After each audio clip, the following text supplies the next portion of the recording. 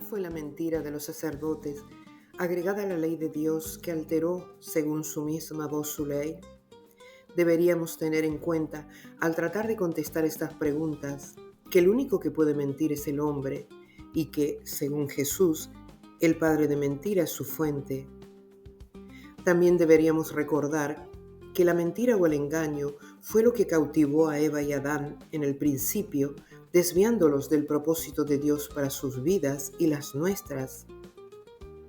Esto que vivimos en este planeta no fue la voluntad y el plan del Creador para nosotros. Esto es la consecuencia de la elección errada de nuestros primeros padres.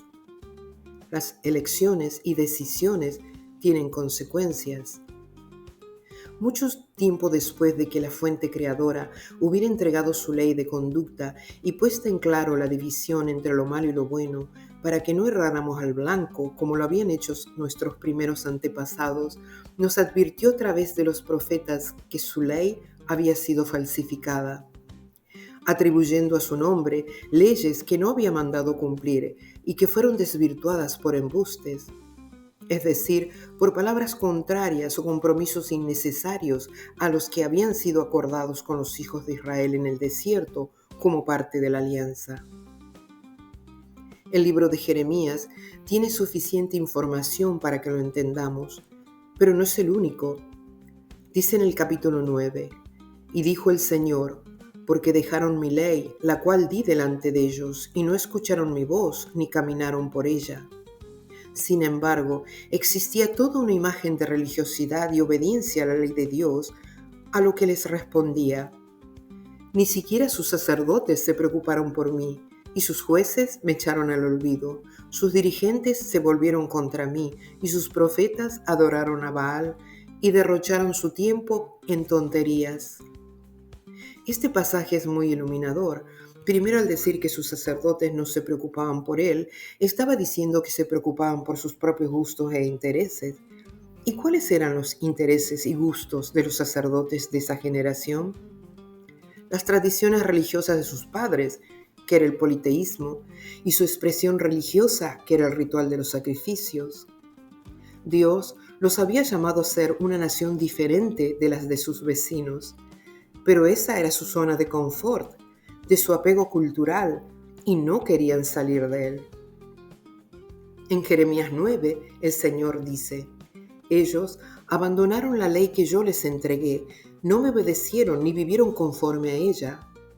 En el capítulo 11 le dice al profeta que les especifique los términos de la alianza, y en el capítulo 7 el Señor con contundencia pone fuera de la misma la práctica ritualista de los sacrificios y holocaustos, diciendo: el Señor Todopoderoso, el Dios de Israel, dice a su pueblo: ofrezcan todos los holocaustos y sacrificios que quieran y coman de esa carne, porque cuando yo saqué a sus antepasados de Egipto, nada les dije ni ordené acerca de holocaustos y sacrificios. Lo que sí les ordené fue que me obedecieran, pues así yo sería su Dios y ellos serían mi pueblo. Y les dije que se portaran como yo les había ordenado, para que les fuera bien. Pero no me obedecieron, ni me hicieron caso, sino que tercamente se dejaron llevar por las malas inclinaciones de su corazón. En vez de volverse a mí, me volvieron la espalda. Desde que sus antepasados salieron de Egipto hasta ahora, yo les he enviado a ustedes, uno tras otro, a todos mis siervos los profetas. Pero ustedes no me obedecieron ni me hicieron caso, sino que se portaron aún más tercamente que sus antepasados. El Señor les decía explícitamente que no había ordenado el ritual. Es decir, Él no exigió nada acerca de carnes de animales sacrificados, que es lo que hacían, pero a la misma vez que lo hacían, desobedecían su voz dándole la espalda. Lo que seguían eran sus propios términos. Algo para tener en cuenta es que, por lo menos en el libro de Jeremías, no se sigue una línea de tiempo como, lamentablemente, parecería representar el orden de los capítulos.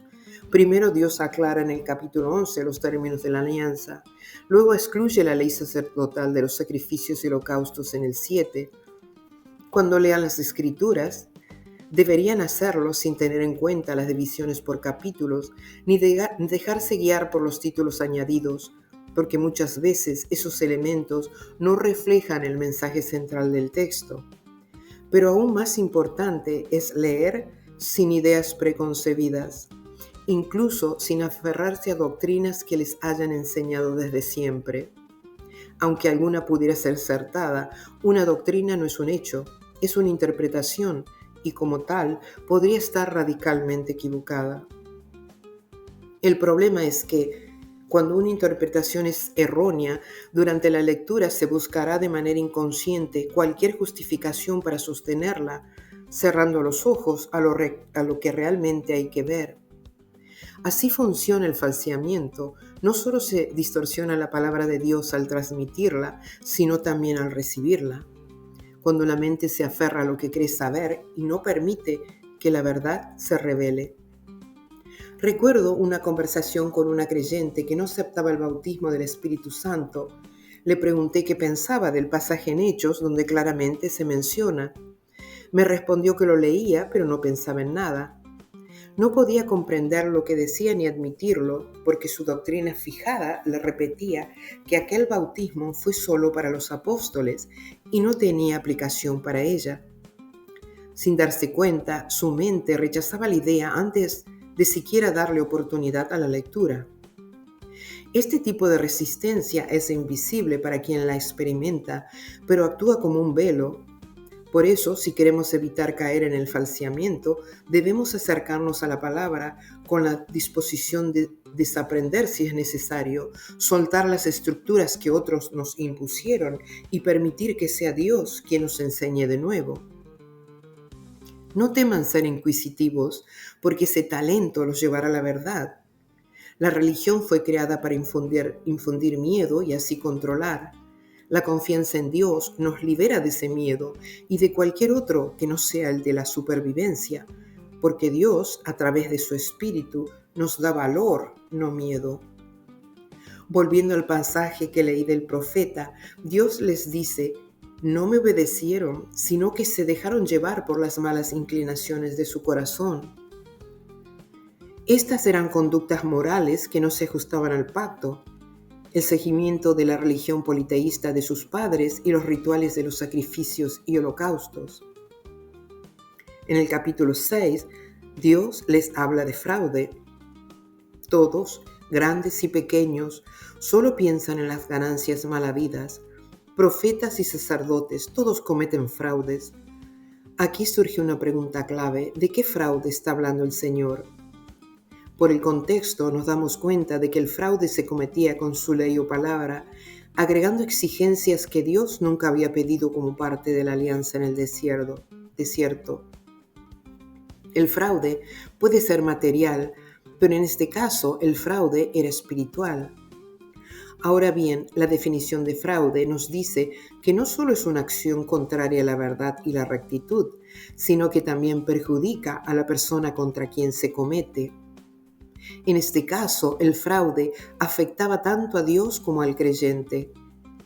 A Dios, porque distorsionaba su carácter y su voluntad, haciéndolo parecer semejante al hombre en su forma de exigir adoración y obediencia, con formas ritualistas que no servían para el alma, sino para satisfacer el ego y la arrogancia humana. Por ejemplo, las fiestas solemnes en el templo que Dios mismo desestimaba.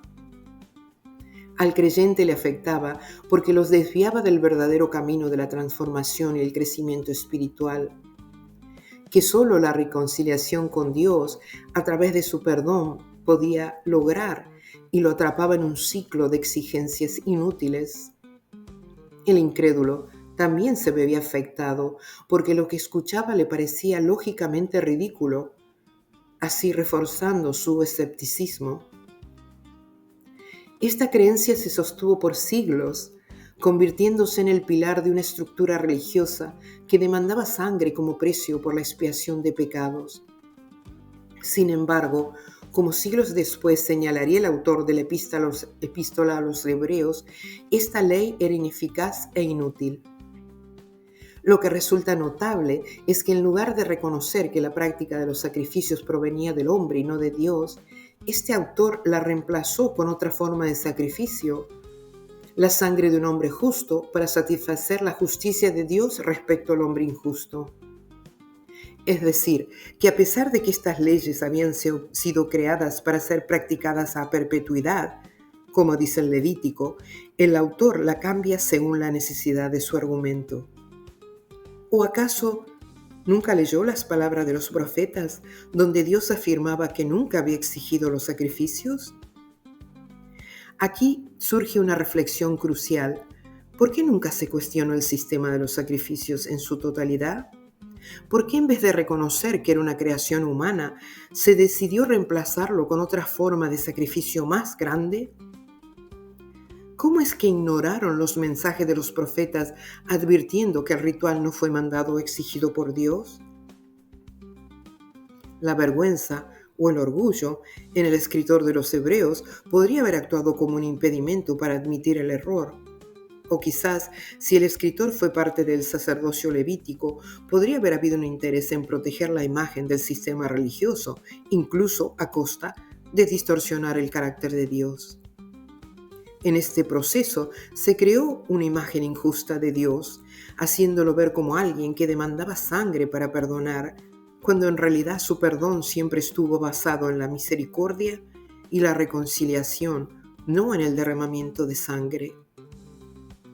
En el mismo libro del profeta, Dios deja en claro que hubo una confabulación hecha de manera consciente, diciendo: se ha encontrado que los hombres de Judá y los habitantes de Jerusalén están preparando una conspiración.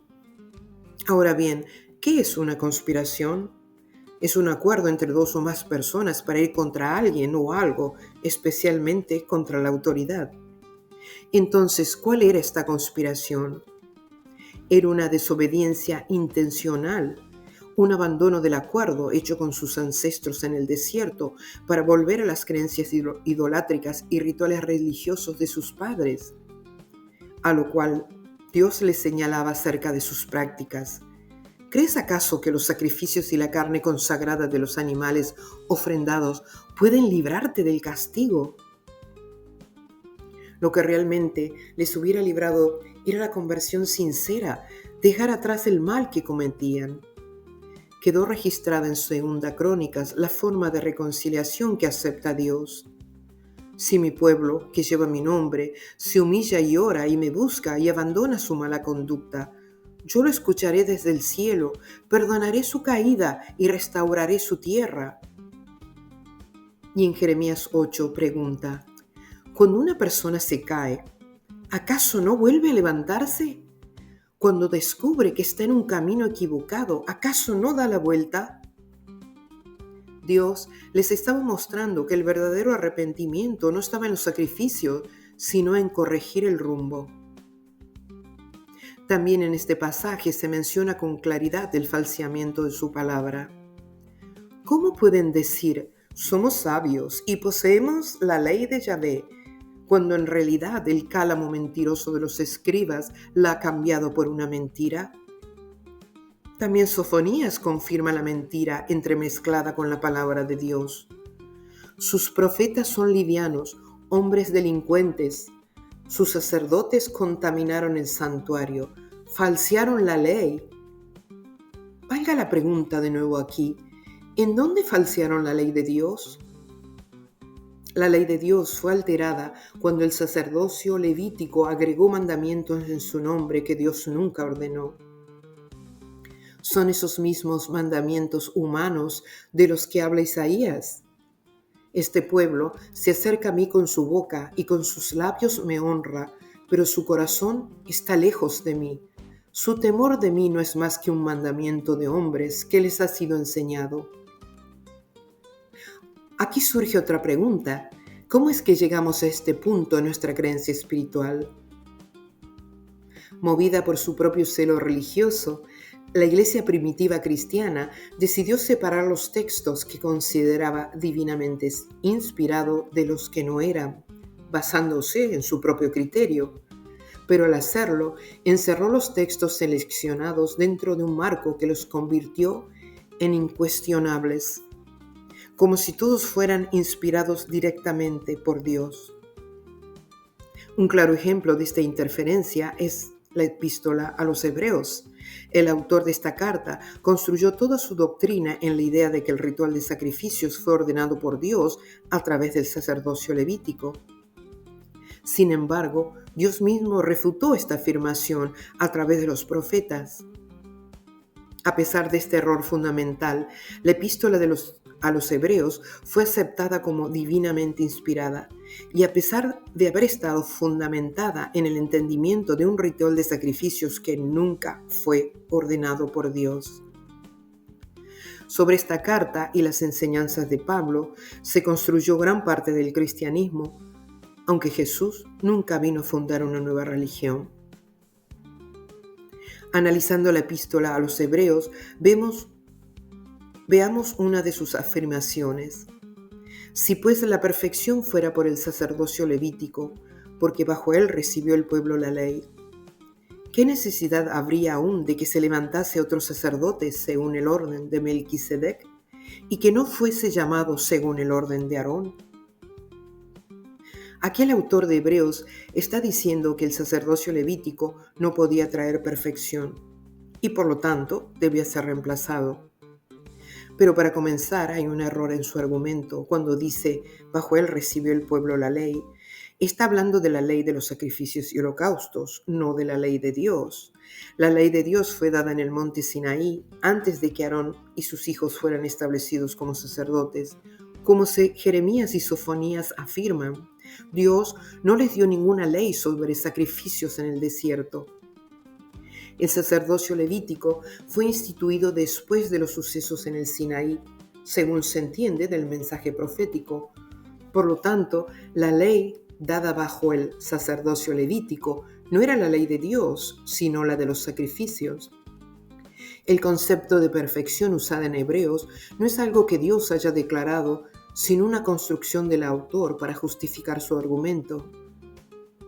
En otras palabras, el sistema levítico no era imperfecto porque Dios lo dijera, sino porque el autor de Hebreos necesitaba justificar un cambio en la estructura religiosa.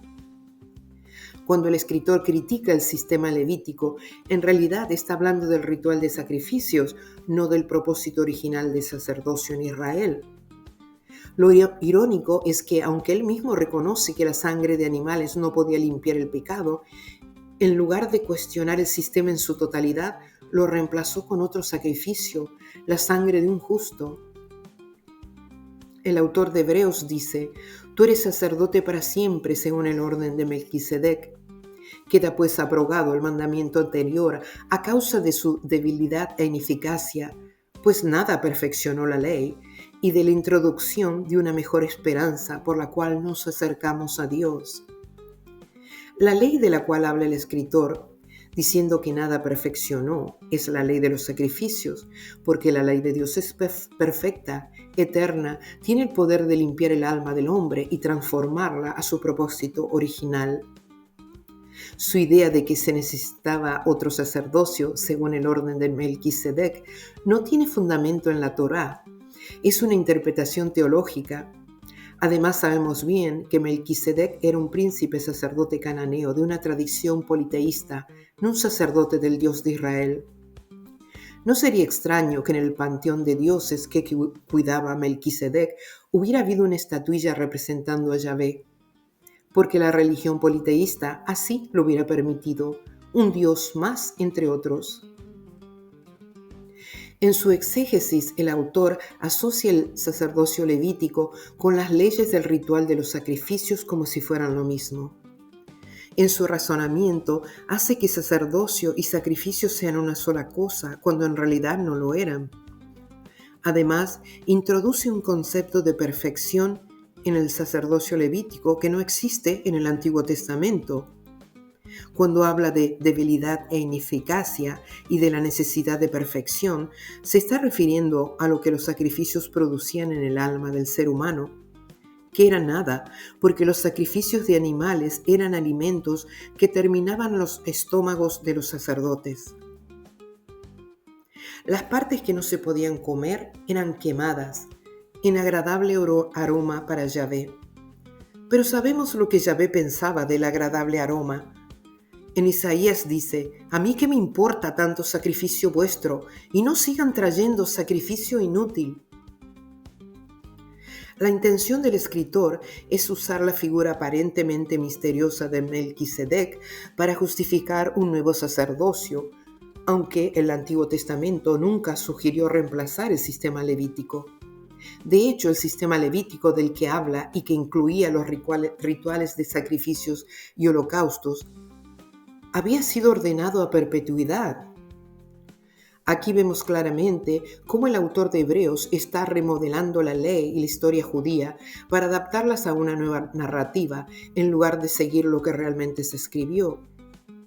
Si lo hubiera hecho, se hubiera dado cuenta que el sistema fue creado a perpetuidad por Dios, según la tradición sacerdotal, y no lo hubiera podido tocar. El autor de Hebreos parece estar repitiendo la narrativa de la tradición sacerdotal sin darse cuenta de que su propia afirmación contradice la historia. Al decir que la ley fue dada bajo el sacerdocio levítico, está confirmando indirectamente que las leyes de sacrificios y holocaustos no eran parte de la ley original de Dios, sino una adición posterior hecha por los sacerdotes. Dios solo le dio a la familia de Leví la tarea de cuidar el tabernáculo y el arca de la ley. El sistema de sacrificios y expiaciones sacerdotales no fue ordenado por Dios. Jeremías lo confirma: Dios nunca ordenó holocaustos ni sacrificios. Entonces, sin darse cuenta, el autor de Hebreos está argumentando en contra de una falsificación posterior de la ley de Yahvé creada por el hombre, y no en contra de la verdadera ley dada por Dios a Moisés. Dios rechazó el sistema levítico de sacrificios y holocaustos como algo suyo. Por lo tanto, la interpretación del autor de Hebreos se derrumba por completo. Cuando creemos en una mentira, esa mentira actúa como un encantamiento. Adormece nuestras facultades mentales e impide que razonemos con claridad. Nos vuelve incapaces de conectar ideas de manera lógica y llegar a la verdad. Pero cuando conocemos la verdad, ella nos libera de la mentira. Y aquí surge la pregunta clave.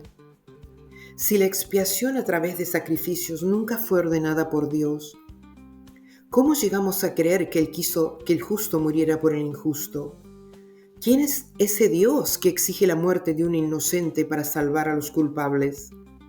Después de todo, ¿quién es capaz de sacrificar a un hombre bueno por uno malo? Solo el hombre, no Dios. El letargo de la conciencia, causado por aceptar una mentira, bloquea nuestra acción e impide nuestro avance espiritual. Por eso alguien dijo que la religión es el opio de los pueblos, entendiendo su efecto en la mente, pero sin comprender la diferencia entre Dios y el ser humano. Cuando la religión deja de ser solo una tradición y se adueña de los temas espirituales que pertenecen solo a Dios, se convierte en un mecanismo de control diseñado para mantener espiritualmente inactivo al creyente. Las palabras de Jesús describen este control religioso. De este modo, con esas tradiciones de ustedes que se pasan de unos a otros, anulan lo que Dios había dispuesto. Además, hacen otras muchas cosas parecidas a estas. Así se anuló la palabra de Dios, que enseñaba la reconciliación a través del arrepentimiento sincero. En su lugar, se introdujo una tradición inspirada en antiguas prácticas paganas, donde los sacrificios eran comunes, pero con una nueva interpretación. La creencia de que la expiación de los pecados se lograba mediante la sangre del sacrificio de animales. Con el autor de los Hebreos y después de la muerte de Jesús, se volvió a modificar el entendimiento del sacrificio, afirmando que el cambio había sido por obra del amor de Dios. Cuando aceptamos una mentira sin cuestionarla, esta captura nuestra mente. Todo lo que percibimos lo vemos a través del lente de ese error. Así, leímos las Escrituras por siglos, creyendo enseñanzas que no vinieron de Dios, sino del hombre. Hay convicciones de Pablo, con las cuales no estoy de acuerdo, pero hay un principio suyo que adopté en mi vida espiritual. Examinen todo cuidadosamente, retengan lo bueno. Aunque Pablo aquí habla de profecías, este consejo es aplicable a todo. La otra base que tomé fue la del Evangelio de Lucas. Yo también he estudiado con mucho cuidado todo lo sucedido y creo conveniente ponerlo por escrito tal y como sucedió. Lucas investiga y ordena los relatos sobre Jesús. Yo adopté esa misma actitud para ordenar mi propia creencia espiritual frente a lo que se me había enseñado, porque intuía que no todo provenía de Dios. Para recapitular, la ley de Moisés, tal como la conocemos hoy, fue en realidad una construcción tardía del sacerdocio y no un código entregado directamente por Dios en el Sinaí. Esto es lo que hoy identificamos como la ley levítica, que incluye el ritual de sacrificios y holocaustos. Estas leyes no fueron ordenadas por Dios ni pertenecen a la alianza pactada en el desierto, como quedó escrito y demostrado en los profetas.